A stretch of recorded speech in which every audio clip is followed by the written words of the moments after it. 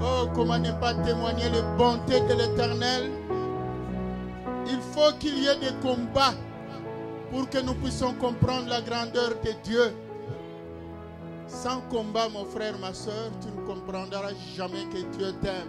Il faut que tu te retrouves quelque part bloqué. Tu ne sais pas comment même prier. C'est là que le Saint-Esprit vient nous aider par des soupirs inexprimables. Tu manques de mots. Et l'Éternel est bon, il est merveilleux. Voilà, bien-aimés, le Seigneur continue à nous parler. Nous sommes dans le cortège de Jésus-Christ toujours. Cette année, il a dit, il va ouvrir encore des grandes portes pour toi, pour moi. Il est merveilleux, il est en train d'agir. Je sais qu'il y a beaucoup de témoignages au milieu de vous, mais malheureusement, vous êtes encore timides. La Bible nous dit, nous n'avons pas reçu un esprit de timidité. Amen. Il faut témoigner les bontés de l'Éternel. Oui, l'ennemi, il frappe, mais l'Éternel est là pour nous. Il est notre bouclier, il est notre secours. Dieu nous a dit, faisons-lui confiance.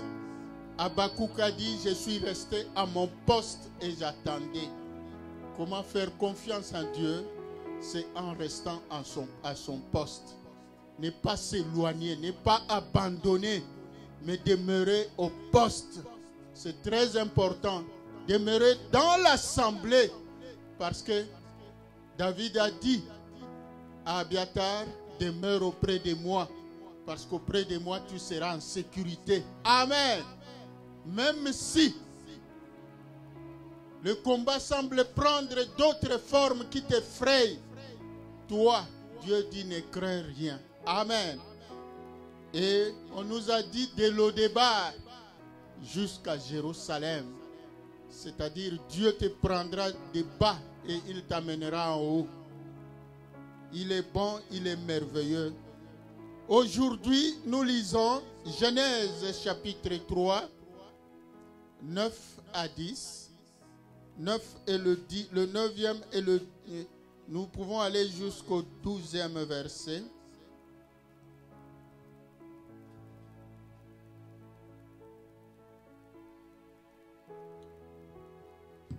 Genèse chapitre 3, nous lisons à partir du 9e verset.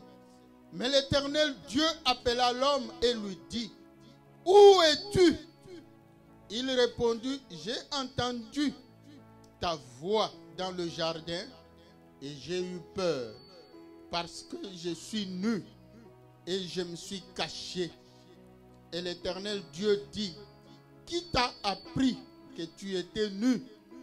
Est-ce que tu as mangé de l'arbre dont je t'avais défendu de manger? » L'homme répondit, la femme que tu as mise auprès de moi m'a donné de l'arbre et j'en ai mangé. Et l'Éternel Dieu dit à la femme, pourquoi as-tu fait cela?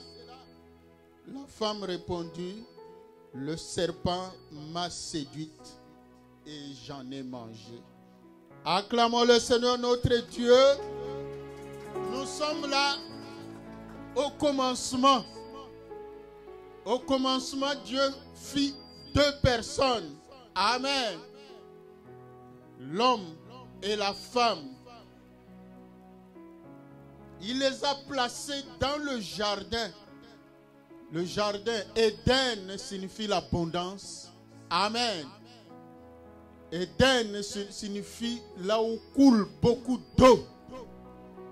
Donc c'est l'abondance. Éden signifie manque de souffrance. Il n'y a que la joie. Amen. Et c'est ça la volonté de Dieu pour toi et pour moi. Au commencement, initialement, Dieu n'a pas voulu la souffrance de l'être humain. C'est pour cela, avant de créer l'être humain, Dieu a créé d'abord toutes choses, donc tout ce qui pouvait être nécessaire pour que quand l'homme viendrait sur cette terre, qu'il ne manque de rien, qu'il ne souffre de rien.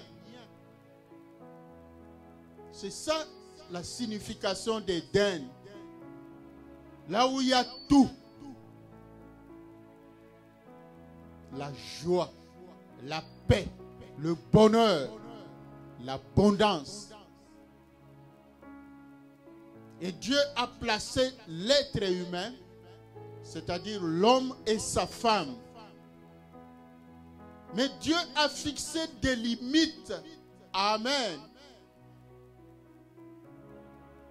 La limite que l'être humain ne devait pas franchir. La ligne rouge. Et la Bible appelle ça l'arbre. Amen. Le fruit de cet arbre-là que l'homme ne pouvait pas toucher. Il n'y avait pas une seule espèce d'arbre. Il y avait plusieurs espèces d'arbres dans le jardin. Beaucoup d'arbres fruitiers, beaucoup d'espèces d'arbres fruitiers. Mais il n'y a qu'une seule espèce dont Dieu avait interdit de manger le fruit.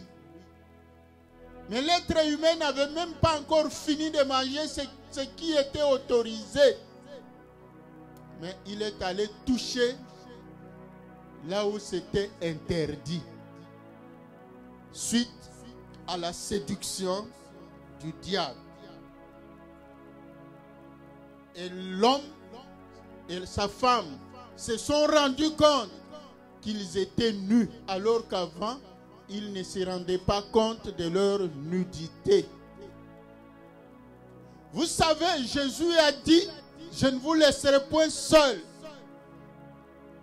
Je vous enverrai le Saint-Esprit. Et parmi les rôles du Saint-Esprit, Jésus a dit, il vous convaincra du péché. C'est ça, se rendre compte. Amen. Qu'ils étaient nus. C'est-à-dire, ils étaient convaincus qu'ils ont désobéi. Parce que le péché, c'est une désobéissance au commandement de Dieu, à l'ordre de Dieu. Amen. Dis au voisin, ne dépasse jamais la limite fixée par Dieu. Excusez-moi.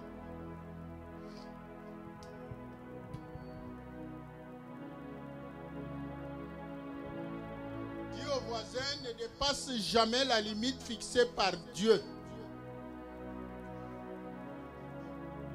Le chrétien, c'est celui qui doit savoir que tout est permis, mais tout n'est pas utile. Tout est permis, mais tout ne plaît pas à Dieu. C'est ça la limite. Quand nous lisons dans Genèse, aujourd'hui, nous sommes dans le cortège de Jésus, mais l'une des conditions et la plus grande condition de demeurer dans le cortège de Jésus, c'est la sanctification. La Bible dit sanctifions-nous. C'est ça le thème d'aujourd'hui. Sanctifions-nous. Et là, on a pris l'exemple. Nous sommes rentrés au commencement parce que nous risquons de croire que les questions qui ont été posées à nos ancêtres Adam et Ève, ça se limite là. Non, toutes ces questions, Dieu nous les pose aussi, nous aussi. Pose la question au voisin, où es-tu par rapport à ta foi?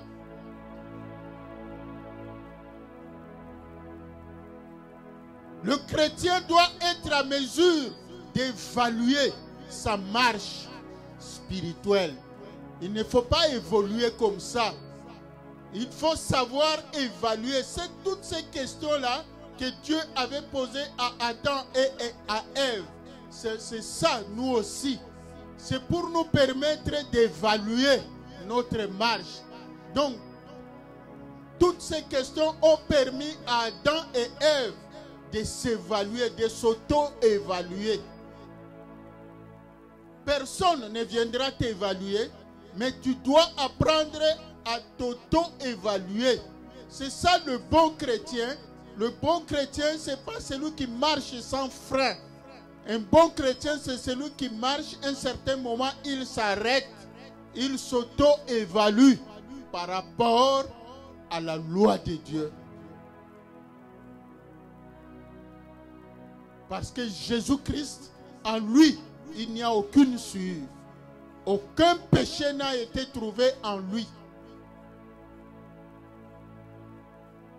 Vous savez, Jésus, il dit, mes brebis entendent ma voix et elles me suivent. Donc Jésus, il prend l'image d'un berger. Je vous dis entre parenthèses, ce sont des enseignements que nous donnons dans la pastorale aux candidats pasteurs. Il y a deux modèles de bergers. Il y a le berger grec, selon le berger de type grec, et le berger de type juif. Amen. Et les deux types de bergers, ce sont deux modèles de marche.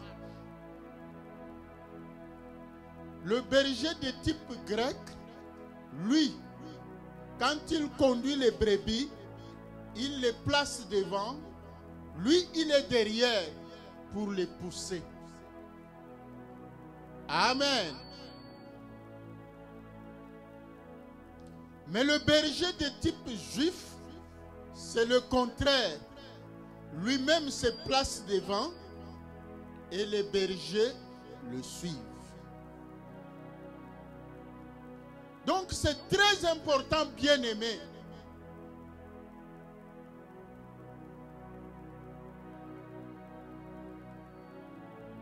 Jésus, quand il dit « Mes brebis entendent ma voix et elles me suivent », il prend l'image du berger du type juif. En Israël, il y avait des enclos où les brebis venaient se reposer la nuit. La journée, les brebis sont avec leur berger dans la brousse. Ils vont brouter l'herbe, là où le berger leur indique. Ils vont aller boire, là où le berger leur indique aussi. Et le soir, le berger les ramène dans le bercail, l'enclos. Et il y avait plusieurs propriétaires de brebis. Les bergers n'étaient pas des propriétaires. Les bergers étaient des engagés, des employés. Amen. C'est-à-dire des gens qui étaient là pour élever les brebis d'autrui. Ils devaient rendre compte aux propriétaires. Mais le système était que tous les brebis, quels que soient les propriétaires, passaient nuit dans un même endroit. Par exemple, dans un quartier, il y a un seul enclos où on amenait les brebis le soir. Tous les bergers savaient que le soir, ils devaient conduire les brebis là-bas. Mais le problème, comment savoir que cette brebis appartient à tel, cette brebis appartient à tel, tout ça? C'était grâce à la voix du berger. Amen. Le matin, tous les bergers s'approchaient. Ils venaient devant l'enclos. Le gardien de l'enclos ouvrait l'enclos. Maintenant, chaque berger devait s'éloigner en criant. Et les brebis connaissaient la voix de leur berger. Les brebis ne se trompaient jamais. Ce qui est mystérieux, c'est ça. Quand un berger crie, les brebis qui sont de sa bergerie vont se séparer des autres troupeaux pour aller vers leur berger. Amen. Et c'est ça qui est demandé aux chrétiens. Quand Jésus-Christ dit, mes brebis entendent ma voix et elles me suivent. C'est-à-dire, il y a une action qu'il nous demande. Cette action-là, c'est la sanctification. Définition de la sanctification. 1. Donc, définition de la sanctification. La sanctification signifie se purifier.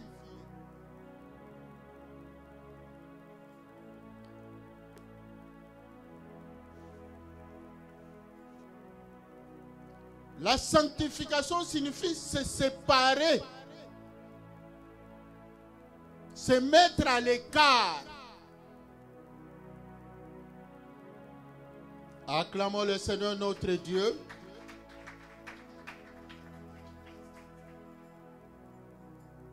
Donc, quand Jésus dit « Mes brebis entendent ma voix et elles me suivent », c'est-à-dire si tu es chrétien, si je suis chrétien, nous devons nous mettre à l'écart.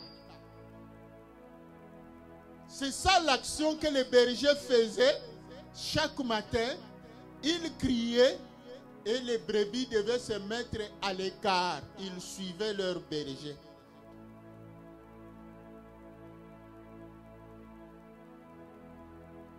Pour le berger est un modèle de brebis. Il se met devant, les autres le suivent. C'est pour cela, là c'est une parenthèse parce que ce n'est pas l'enseignement d'aujourd'hui.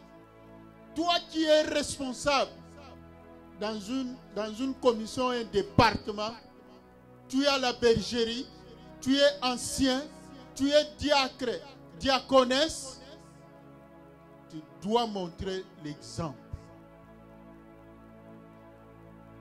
Amen. Tu dois être devant, les autres te suivent. Tu ne dois pas être comme le berger grec qui met les brebis devant, toi tu suis. Non.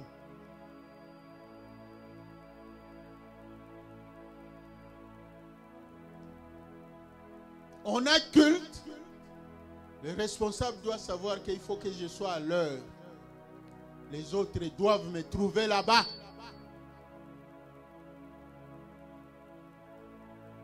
Là, c'était une parenthèse. C'était un enseignement pour les serviteurs et les servantes. Mais du moins ici, c'est nous les brebis. Amen. Ici, nous ne parlons pas du berger, mais nous parlons de nous. Le berger, c'est Jésus. Et nous devons entendre sa voix. Quand nous entendons sa voix, nous devons nous séparer de tout ce qui n'est pas conforme. C'est ce que ça signifie. Nous devons nous éloigner de toute usure. Nous devons nous mettre à l'écart par rapport au monde. C'est-à-dire, nous ne devons plus agir à la manière du monde. Nous parlons du conformisme mondain. Parce que nous sommes obligés de plaire à Jésus-Christ et non au monde.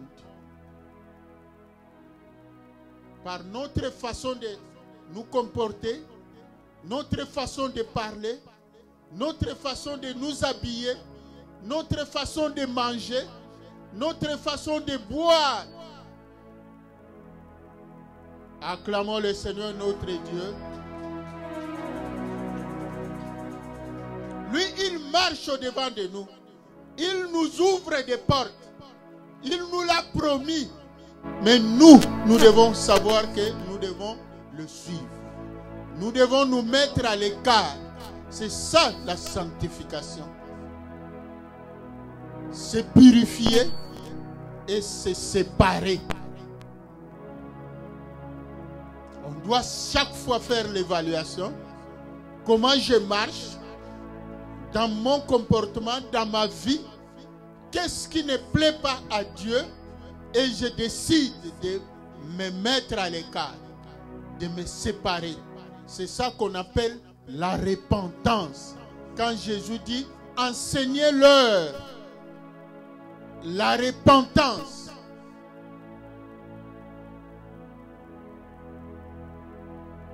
Il n'y a personne sur cette terre qui ne pêche pas, bien-aimé. Sinon Jésus n'allait plus parler de repentance. La repentance, c'est plus pour toi et moi, nous qui sommes des chrétiens.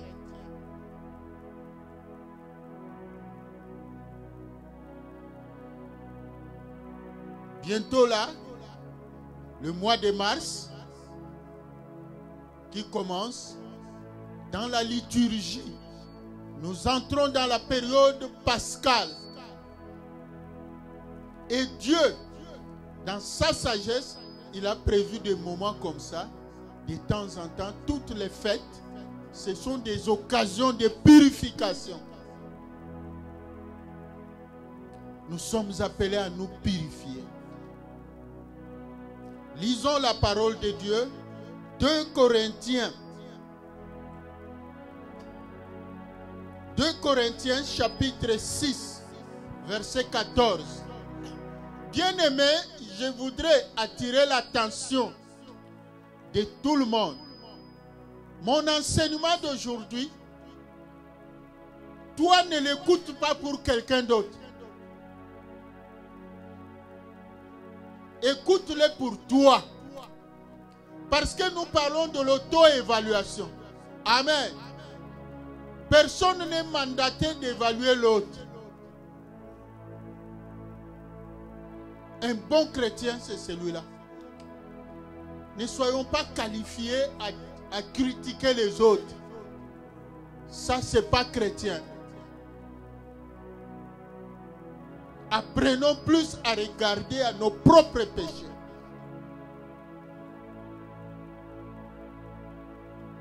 « 1 Corinthiens, chapitre 6e, nous lisons à partir donc, du 14e au 16e verset d'abord. «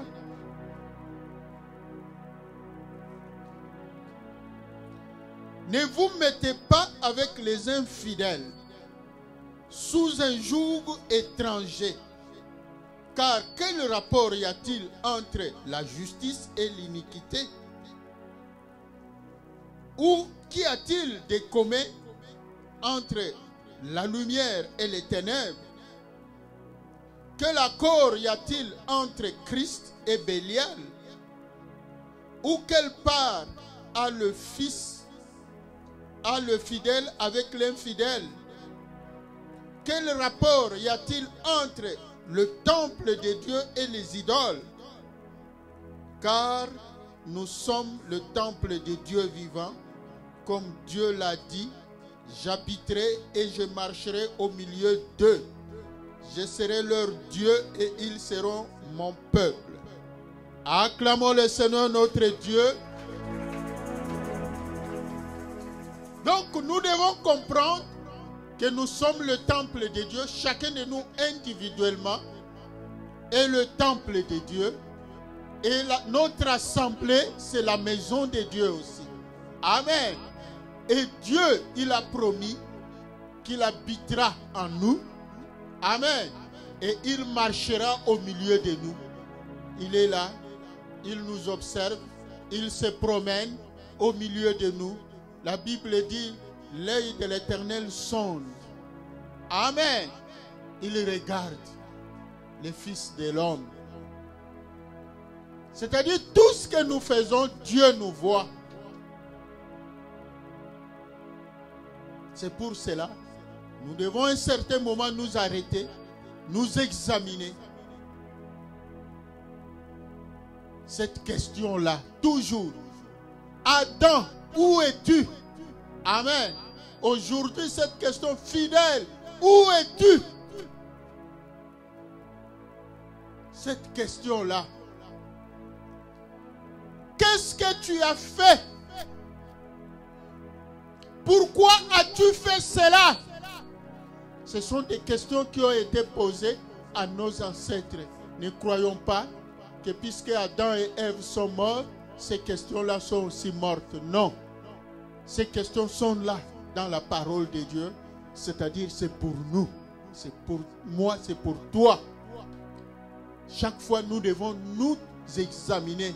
Où suis-je par rapport à ma marche chrétienne? Par rapport à la parole de Dieu? Mon positionnement?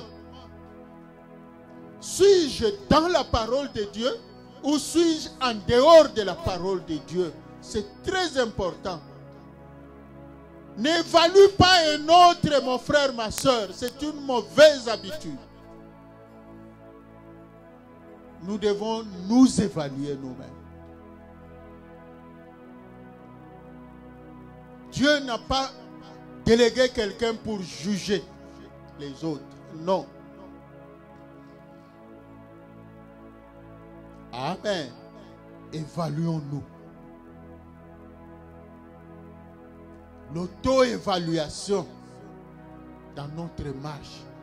Parce que nous sommes appelés, nous sommes un peuple prédestiné à la sanctification. C'est-à-dire à être à l'écart du monde. C'est pour cela la Bible dit, ne vous affectionnez pas aux choses du monde, n'aimez point le monde. Et s'il est arrivé qu'on est tombé, il faut vite se relever.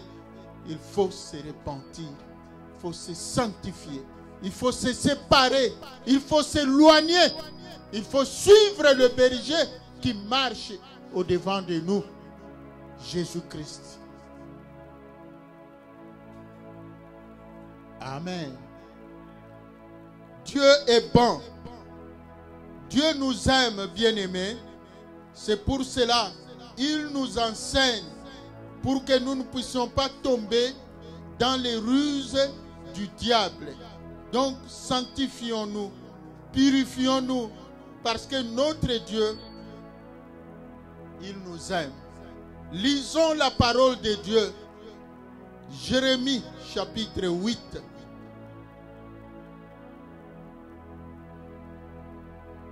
Jérémie 8, à partir du 4e verset. Ainsi parle l'Éternel. Est-ce que l'on tombe sans se relever? Pose la question au voisin. D'ailleurs, nous qui sommes au Canada, là, plein de neige, plein de verglas. Et nous tombons beaucoup. Moi, ça fait plus de 3 fois depuis cet hiver que je me suis écroulé. Et la question nous est posée. Est-ce que l'on tombe sans se relever? Quand l'on tombe, est-ce qu'on restera toujours là? Qu'est-ce qu'on fait?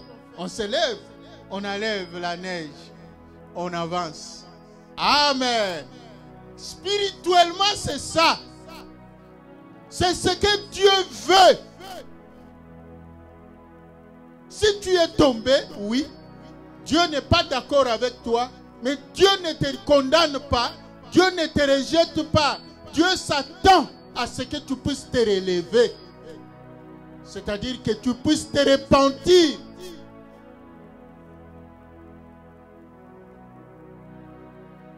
Donc le verset 4, dis-leur, ainsi parle l'Éternel. Est-ce que l'on tombe sans se relever? Est-ce que ou se détourne-t-on sans revenir? Pourquoi donc ce peuple de Jérusalem s'abandonne-t-il à de perpétuels égarements? Il persiste dans la tromperie. Je suis attentif et j'écoute. Il ne parle pas comme il devrait. Aucun ne se répand de sa méchanceté et ne dit qu'ai-je fait. Acclamons le Seigneur notre Dieu. C'est ça la question. Ceux qui croient que cette question-là était seulement au temps d'Adam et Ève. Non. Même au temps de Jérémie. Il faut se poser la question. Qu'est-ce que j'ai fait? Ne continue pas à marcher comme ça. Il faut stopper, se demander qu'est-ce que j'ai fait? Où suis-je? Est-ce que je suis encore sur le chemin?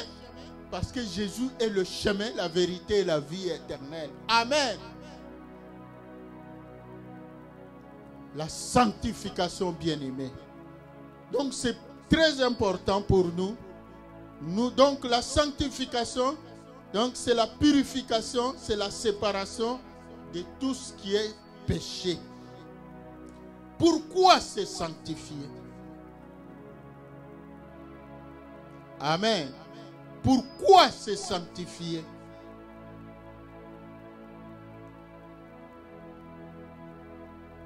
Lisons Lévitique chapitre 11.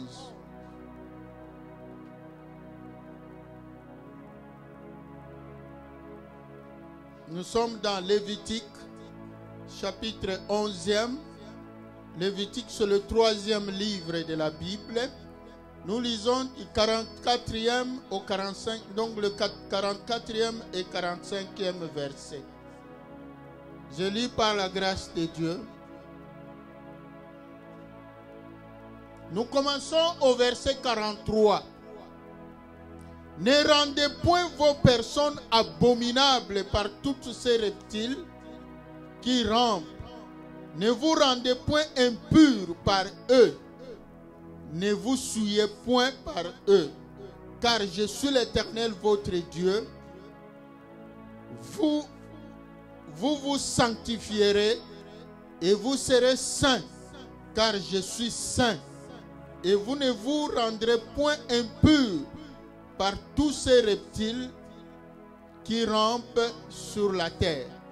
Car je suis l'Éternel qui vous ai fait monter du pays d'Égypte pour être votre Dieu et pour que vous soyez saints, car je suis saint. Amen. Donc, nous devons nous sanctifier puisque la sanctification, c'est un ordre de Dieu. Dieu veut la sanctification. Dieu veut que nous puissions nous sanctifier. Dieu, en lui, il n'y a aucune souillure.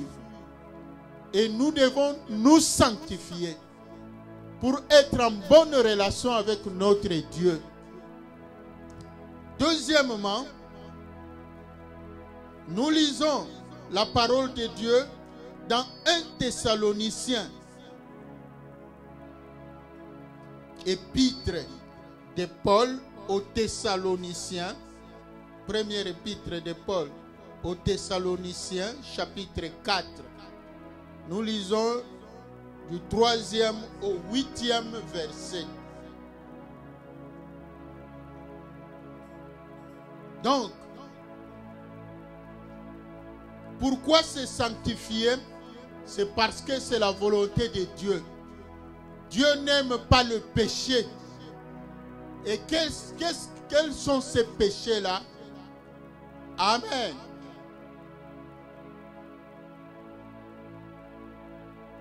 Nous lisons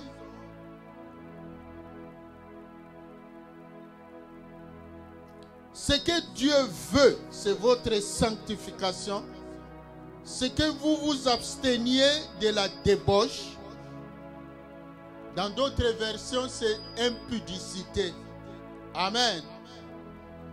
C'est que chacun de vous sache posséder son corps dans la sainteté et l'honnêteté. C'est-à-dire, nous devons d'abord nous séparer de l'impudicité. Nous devons nous séparer de la malhonnêteté sans vous livrer à une convoitise passionnée comme font les païens qui ne connaissent pas Dieu. C'est que personne n'use envers son frère de fraude et de cupidité dans les affaires, parce que le Seigneur tire vengeance de toutes ces choses, comme nous vous l'avons déjà dit et attesté. Car Dieu ne nous a pas appelés à l'impureté, mais à la sanctification. On a cité quelques péchés dans ce passage. L'impudicité, être malhonnête, se livrer à l'impudicité, se livrer à la malhonnêteté. Amen. Tu ne peux pas être réputé un chrétien, ne peut pas être réputé impudique. Un chrétien ne peut pas être réputé malhonnête. Amen. Un chrétien ne peut pas être réputé fraudeur. La fraude, la malhonnêteté. Amen. Un chrétien ne peut pas être réputé cupide, c'est-à-dire quelqu'un qui aime l'argent plus que Dieu. Il est capable de sacrifier même les autres à cause d'argent. Amen. Vous savez, il y a même des philosophes, Machiavel par exemple, Hobbes. Donc ces philosophes-là, pour eux, tous les moyens sont bons pourvu atteindre le but. Amen. Ça a un sens. Mais par rapport à la parole de Dieu, c'est pas ça. Parce que cette logique-là, tu ne vas même pas voir la valeur de l'être humain. Amen. Être malhonnête vis-à-vis de l'autre, tu détruis l'autre. La malhonnêteté. Donc, tout est là. Le mensonge, c'est dans la malhonnêteté. La tricherie, c'est dans la malhonnêteté. C'est-à-dire, on ne peut pas te faire confiance.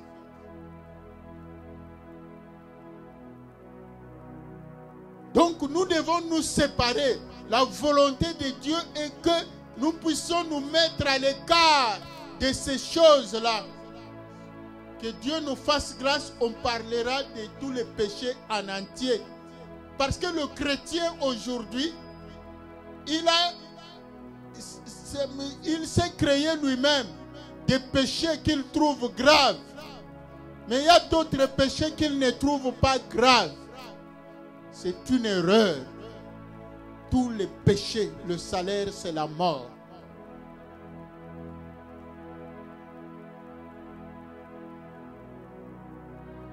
Acclamons le Seigneur notre Dieu. Malhonnête, tu promets des fiançailles aux filles d'autrui. Tu es malhonnête. On ne peut pas te faire confiance. Parce que tu promets. Là-bas tu as promis. Là-bas tu as promis. Là-bas tu as promis. Tu es malhonnête.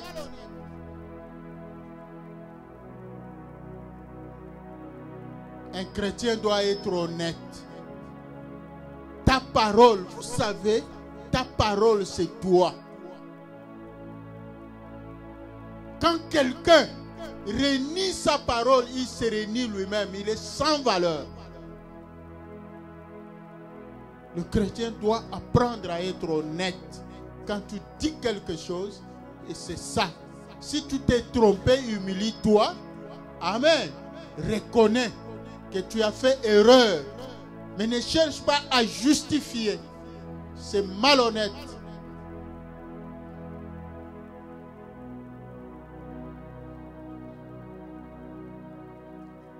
Que Dieu nous fasse grâce pour qu'on parle encore de tous ces péchés, parce qu'on parlera par la grâce de Dieu des liens démoniaques. Comment on se lie. Amen. Les liens démoniaques.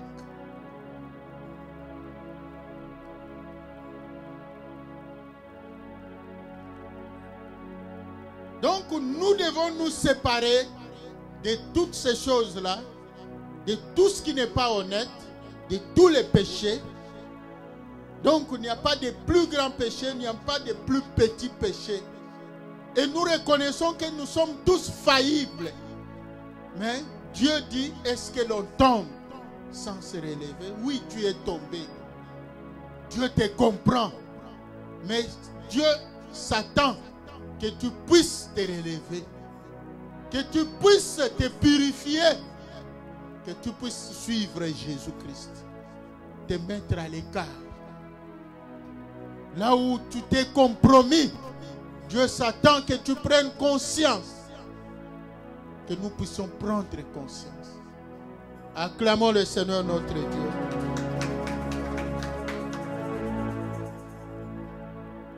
Importance de la sanctification.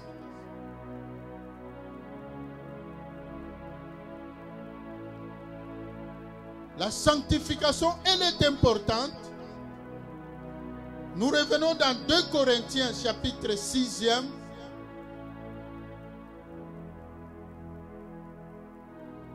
Nous lisons le 17e et le 18e verset. C'est pourquoi sortez du milieu d'eux et séparez-vous, dit le Seigneur. Ne touchez pas à ce qui est impur et je vous accueillerai. Amen. La Bible dit, la prière d'un pécheur est une abomination devant l'Éternel. Quand nous venons avec des impuretés dans la présence de Dieu, nous devenons abominables. Nous devons savoir nous purifier. Nous devons savoir reconnaître que j'ai péché contre mon Père, contre la volonté de mon Père, et je vais me purifier. Vous savez, le jeûne, nous les chrétiens, nous sommes des spécialistes des jeûnes. Jeûne signifie s'abstenir. Amen. Le premier jeûne, c'est ça, s'abstenir du péché. C'est ça, jeûner. Je pouvais faire cela, mais puisque mon Dieu n'est pas d'accord, je ne le fais pas. Tu es en train de jeûner. Voilà pourquoi Christ avait dit, pendant que le maître est avec eux, ils ne peuvent pas jeûner. Pourquoi devaient-ils jeûner? Parce qu'ils sont toujours avec moi, à côté de moi. Ils n'ont pas beaucoup d'occasions de pécher. Acclamons le Seigneur notre Dieu. Mais quand le maître leur sera enlevé, c'est là qu'ils apprendront. Parce que les disciples étaient avec Jésus. Même si la tentation pouvait venir, ils savaient qu'il est Dieu. Il saura. Amen. Et ça les aidait. C'est parabolique. Bien sûr, pour les Juifs, il s'agissait de questions de manger, boire. Oh, pourquoi tes disciples ne lavent même pas les mains pour manger? Oh, c'est tout ça. Amen. Or, eux ne savaient pas que ces gestes-là, ça a un autre sens.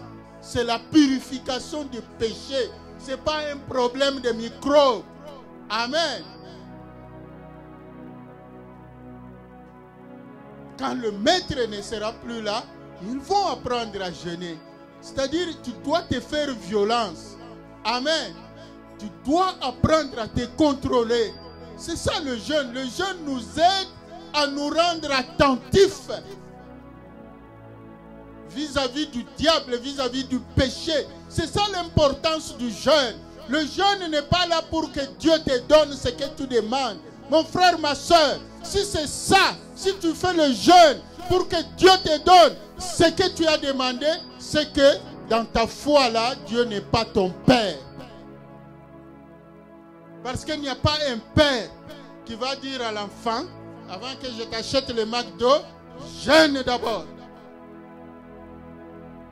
Jésus a dit, si vous, pécheurs que vous êtes, vous savez donner à vos enfants ce qu'ils demandent, à combien plus forte raison votre Père ne vous donnera-t-il pas ce que vous demandez? Il ne peut jamais vous donner une pierre à la place d'un pain. Il est mon Père. Même il sait de quoi j'ai besoin. J'ai confiance en lui. Même si aujourd'hui ça traîne, il va me donner. Je n'ai pas besoin de jeûner pour ça. Mais je dois jeûner. Je dois m'abstenir de tout ce qui n'est pas conforme à Dieu. C'est ça le jeûne. Et on parlera de plusieurs formes de jeûne. Surtout vous qui êtes des jeunes en âge. Vous savez, la Bible dit, celui qui détruit son corps, détruit le temple de Dieu.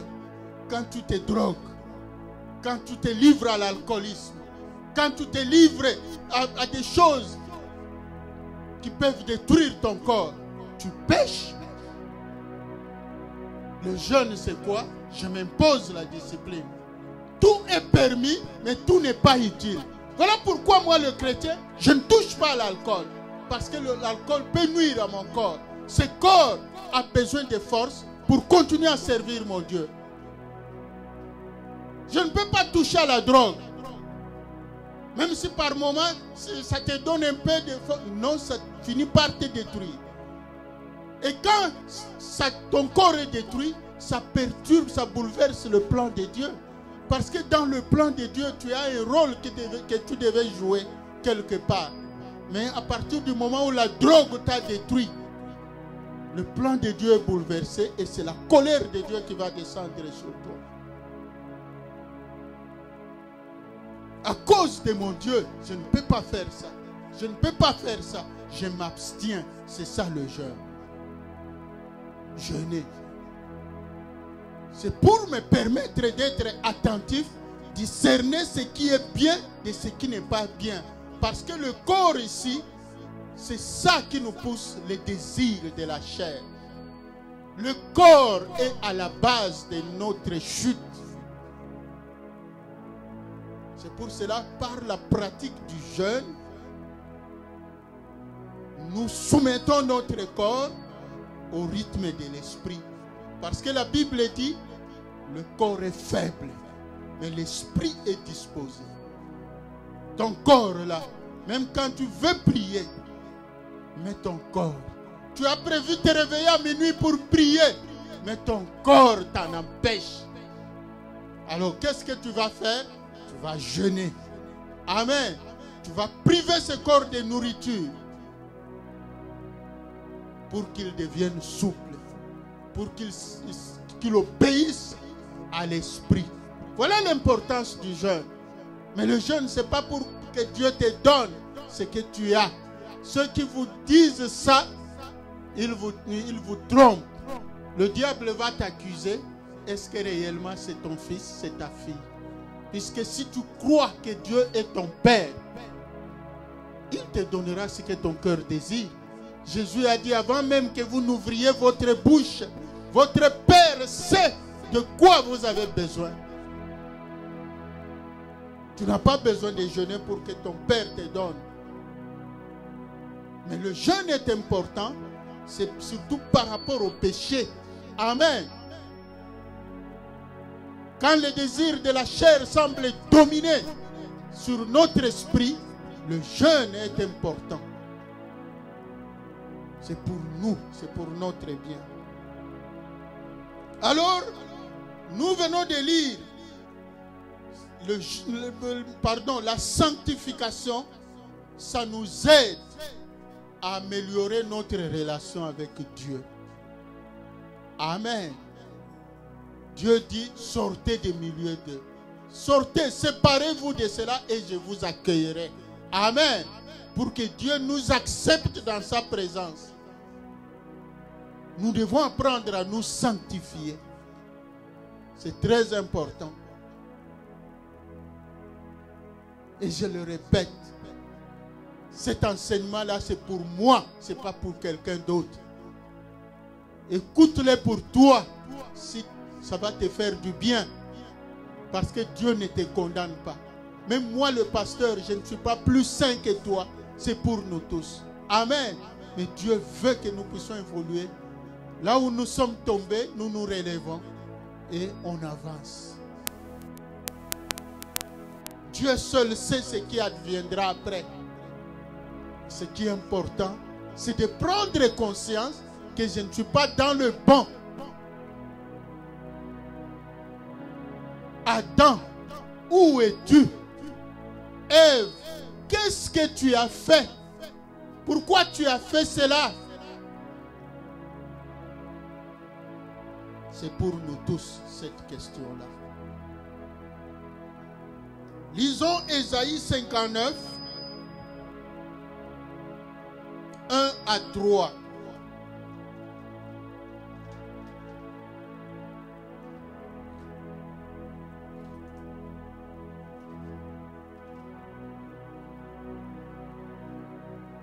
Ésaïe 59, du 1er au 3e verset. Non, la main de l'Éternel n'est pas trop courte pour sauver, ni son oreille trop dure pour entendre. mais ce sont vos crimes qui mettent une séparation entre vous et votre Dieu. Ce sont vos péchés qui vous cachent sa face et l'empêchent de vous écouter, car vos mains sont souillées de sang et vos doigts des crimes. Vos lèvres profèrent le mensonge, votre langue fait entendre l'iniquité.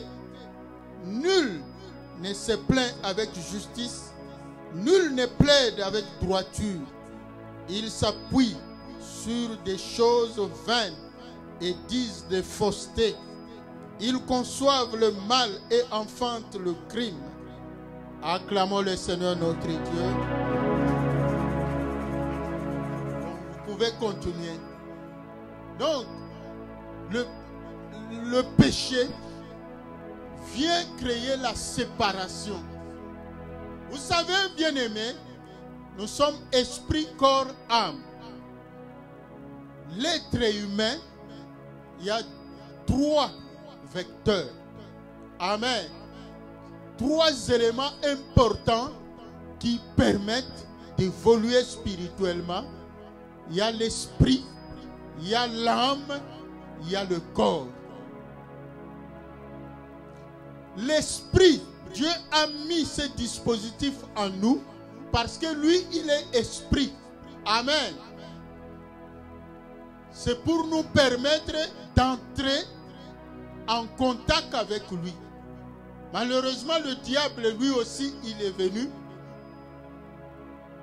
et il gagne l'esprit humain pour que l'esprit, c'est comme la fréquence.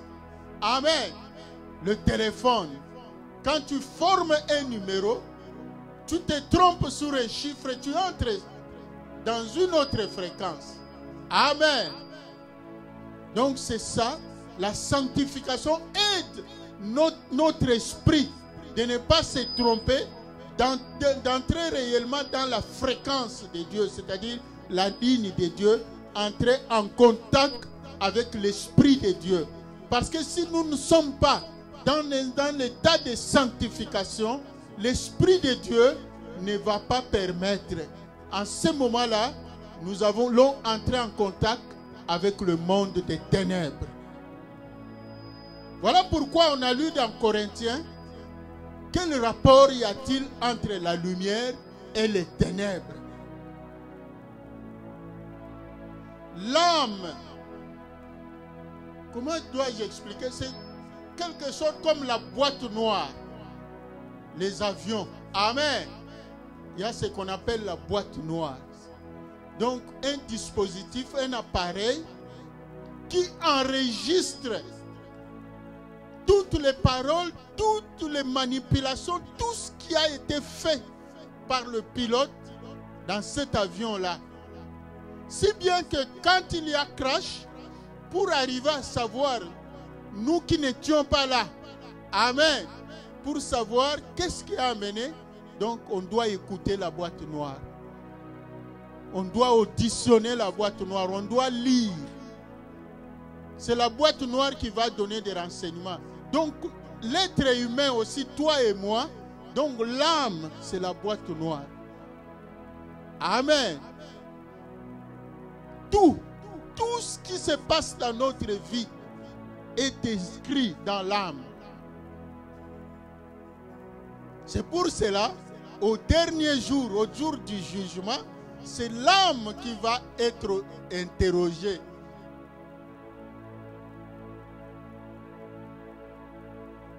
Amen. Alors l'esprit permet de sonder ce qu'il y a dans notre âme, c'est-à-dire notre conscience. Dans d'autres termes, on appelle âme le cœur. C'est pour cela, même en Afrique, au Congo, on a chanté Motema Sanduku. Amen. C'est-à-dire c'est une caisse. Le cœur, c'est une caisse. Alors, ce n'est pas le cœur biologique, là, physique. Amen. Ce n'est pas le système cardiaque en soi. C'est l'âme qui enregistre tout ce qui se passe dans ta vie. les bonnes œuvres et les mauvaises œuvres. Tout est enregistré, rien n'échappe.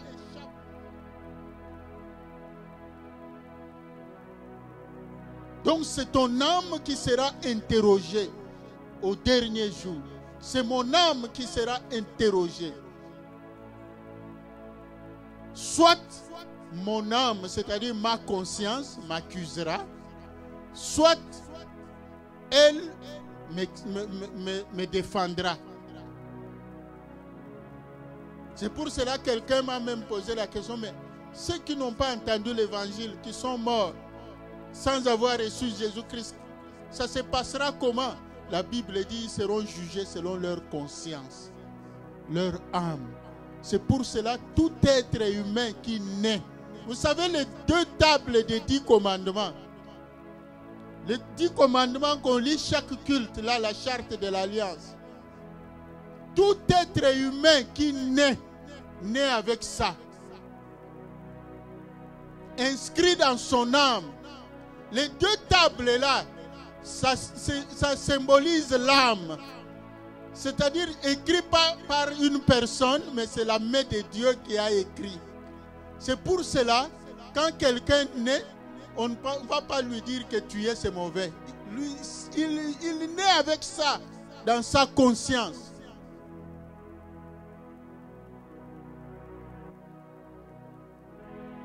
On ne va pas dire à quelqu'un voler c'est mauvais. Non, on naît avec ça. Faire du mal à l'autre, on naît avec ça. Donc les tables là, les 10 commandements, retenez, c'est l'âme. Spirituellement, c'est ce que ça signifie. Tout est inscrit dans notre âme. C'est pour cela, par la repentance, nous vidons l'âme. Amen. Quand nous nous repentons, Dieu efface avec le sang de Jésus. Lisez Jérémie 17.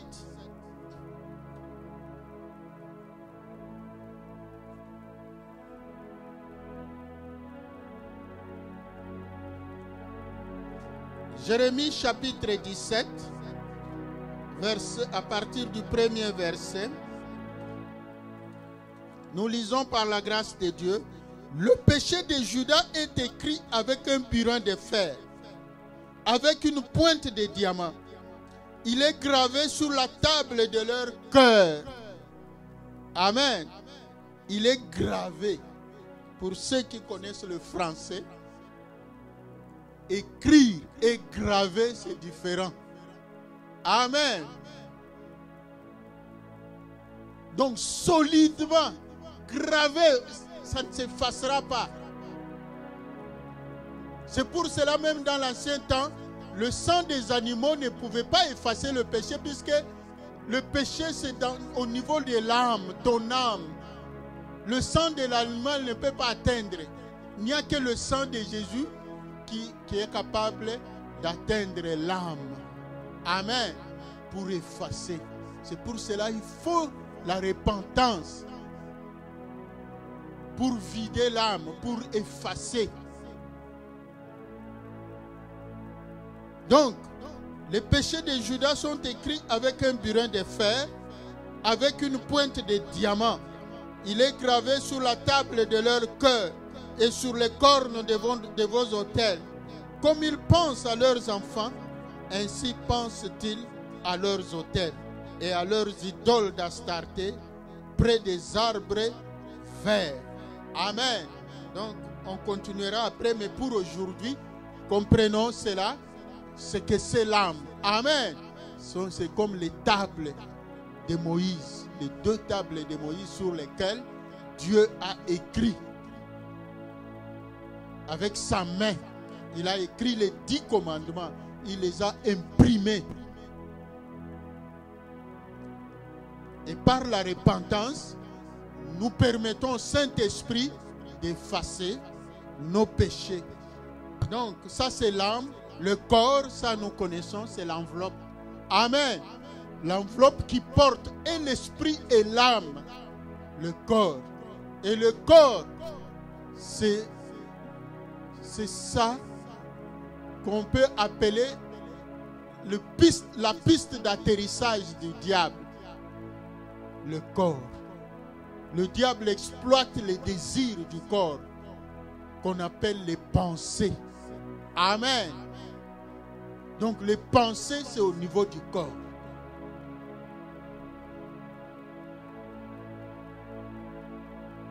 Donc faisons attention. Pour vouloir soigner le corps, des fois nous péchons à cause de ce corps. Voilà, bien-aimés, nous devons marcher dans la sanctification pour améliorer notre relation avec Dieu. Parce que la Bible nous dit, prends garde, lorsque tu entres dans la maison de l'Éternel, ne viens pas pour offrir le sacrifice des insensés. Amen.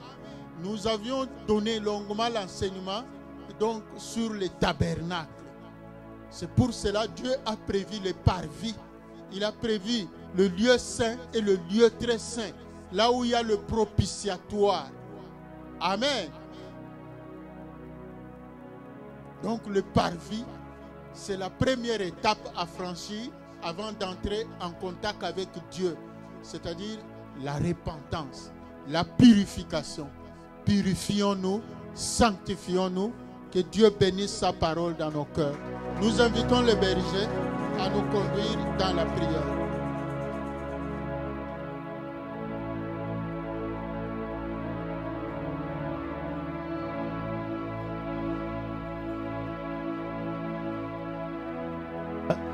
Là, nous avons acclamé le pasteur. Est-ce que nous pouvons acclamer le Seigneur notre Dieu ce matin? Acclame le Seigneur ton Dieu, acclame le Seigneur. Pendant que tu acclames, lève-toi là où tu es. Lève-toi, Dieu t'a parlé, il m'a parlé. Et nous avons tous écouté sa parole.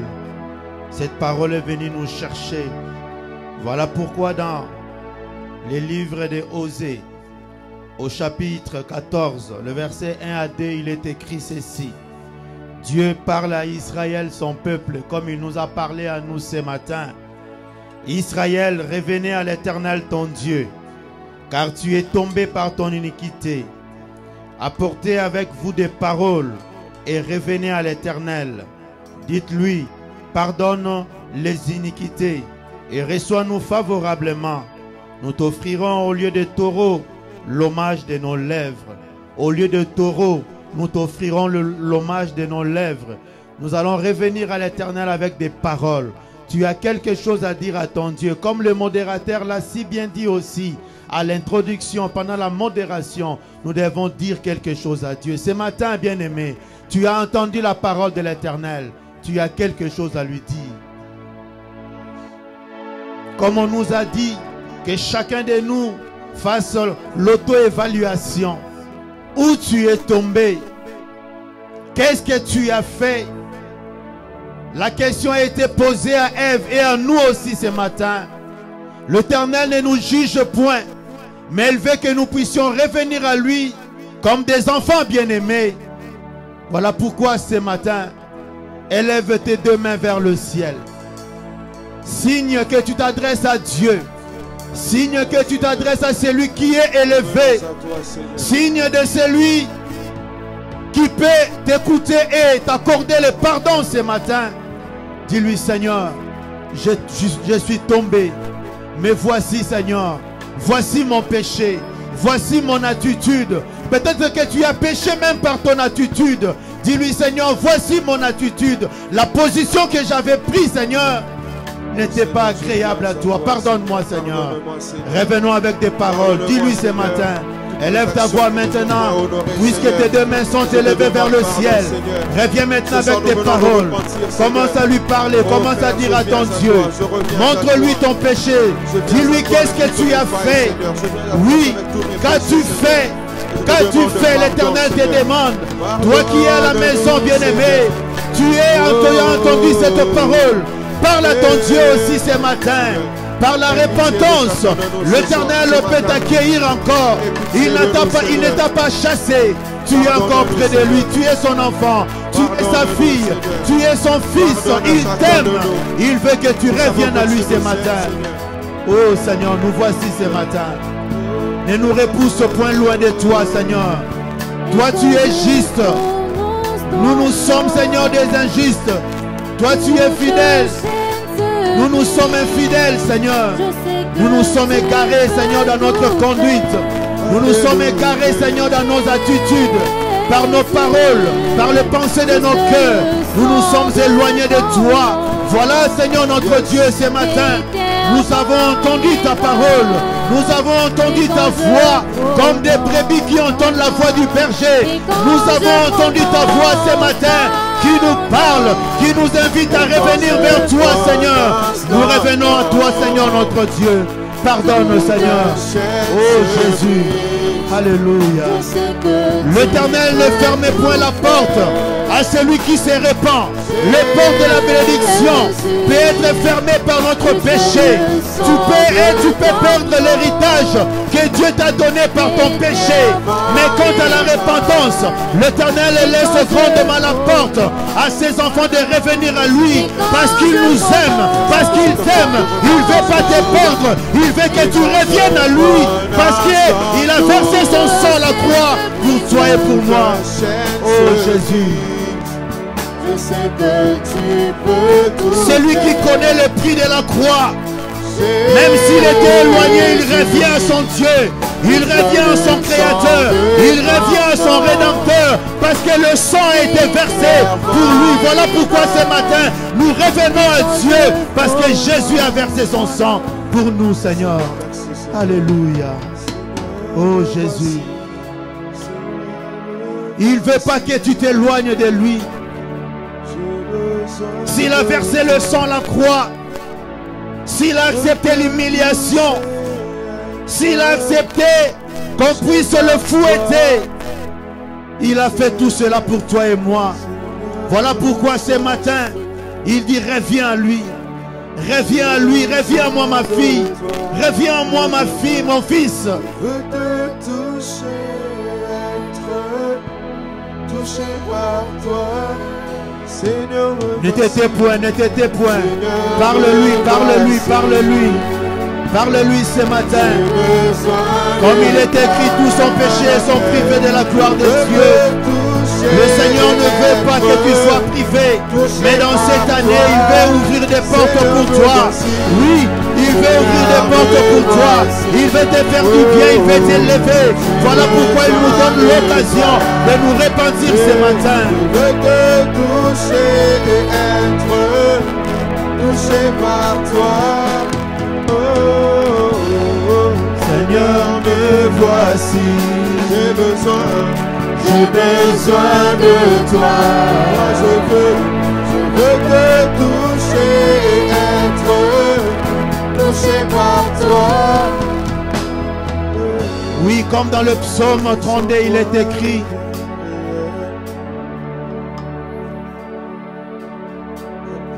Tant que je me suis tué, je gémissais toute la journée. Oh, je t'ai fait connaître mon péché. Et je dis, j'avouerai mes transgressions. Et tu as enlevé la peine de mon iniquité.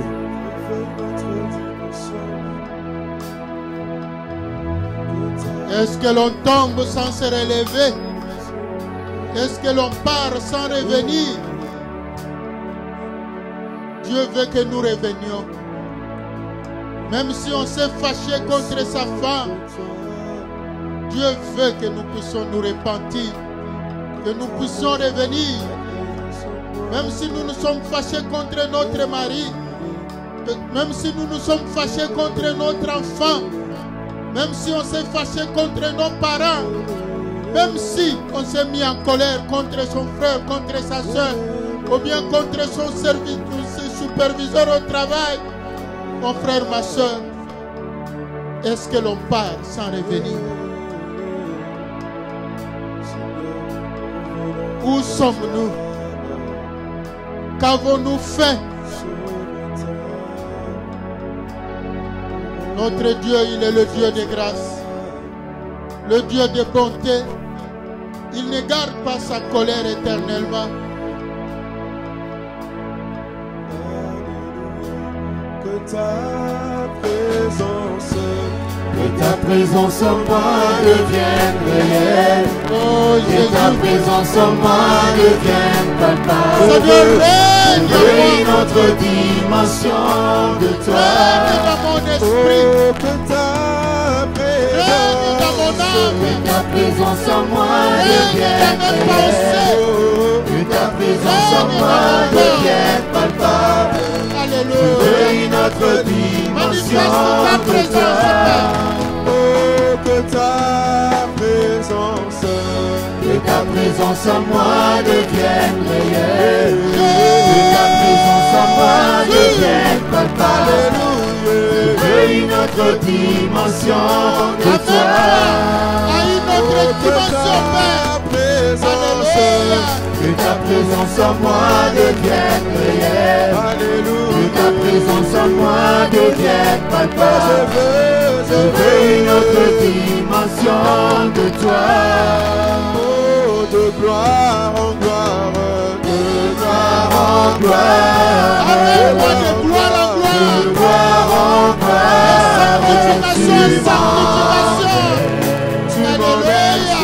Tu m'emmènes oh, dans les profondeurs les de ta profondes sainteté. de ta sainteté. Tu m'emmènes, Seigneur. Tu Oh, m'emmènes de gloire en gloire, de gloire en gloire. oh, de gloire en gloire. De gloire en gloire, tu m'emmènes, Seigneur. tu m'emmènes. Que tous les autres noms Et tous les autres noms disparaissent. Que le péché disparaisse de mon cœur. Que toi seul tu prennes place, oh mon Dieu, mon roi. Que le péché ne Que règne tous point. les autres noms disparaissent. Que tous les autres noms disparaissent. Que l'égoïsme ne règne point. Que le mensonge ne règne Les point. autres noms Que l'hypocrisie disparaissent. ne règne point. Jusqu'à Que ce la qu'il n'y colère ait ne que règne toi. point. Que tous Que la les fraude autres ne règne noms point. disparaissent. Oh Jésus. Jésus prend ta place. Jésus prend ta place. Jésus prend ta place. Jésus prend ta place. Dans nos cœurs, Jésus prend ta place. dans nos vies, Jésus prend ta place. En ce Que la lieu, rancune ne Jésus règne prend point ta en moi. place. Dans nos cœurs, Que Jésus l'esprit de prend ta vengeance ne place. règne Dans pas nos en moi. vies, Seigneur, Jésus Que la prend haine ta ne règne place. point Dans en moi, nos Père. pensées, Que Jésus seul prend Jésus-Christ ta prenne sa place. place. Dans nos paroles, Alléluia. Jésus prend ta place. Que Dans nos l'orgueil ne actions, règne Jésus point en prend moi. ta Que place. l'hypocrisie ne règne point en moi. Jésus prend ta place. Jésus prend ta place. Jésus prend ta Que la place. jalousie ne règne Seigneur, point en moi. Jésus prend ta Jésus place. prend ta place. mon Dieu. Jésus prend ta dans place. nos cœurs, Jésus prend ta dans place. nos pensées, Jésus prend ta place. Alléluia. Jésus prend ta place. Yes. Acclamons le Seigneur notre Dieu. Que Jésus-Christ prenne sa place désormais. Dans cette assemblée, il n'y a que Jésus qui doit régner. Alléluia. Dans nos cœurs, dans nos esprits, dans nos pensées, il n'y a que Jésus seul qui doit régner. Alléluia. Alléluia. Tous les autres noms disparaissent. Jusqu'à ce qu'il n'y ait que toi.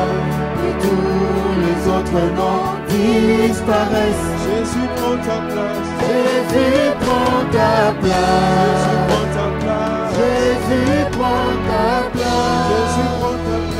Jésus prend ta place.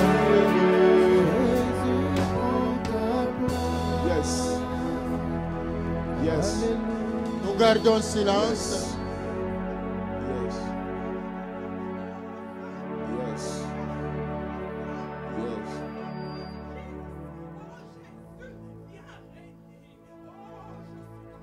Viens régner, Jésus. Viens régner dans nos esprits. Viens régner dans cette assemblée, oh Jésus. Oh Seigneur. Seigneur, donne-nous ton amour. Que ton amour règne dans nos cœurs, dans nos esprits. Seigneur, ton amour. Ton amour, Père. Tu nous as laissé la loi de l'amour. Ton amour. Alléluia. Merci au Seigneur. Merci. Merci. Merci. Gloire à toi, Jésus. Merci, Seigneur.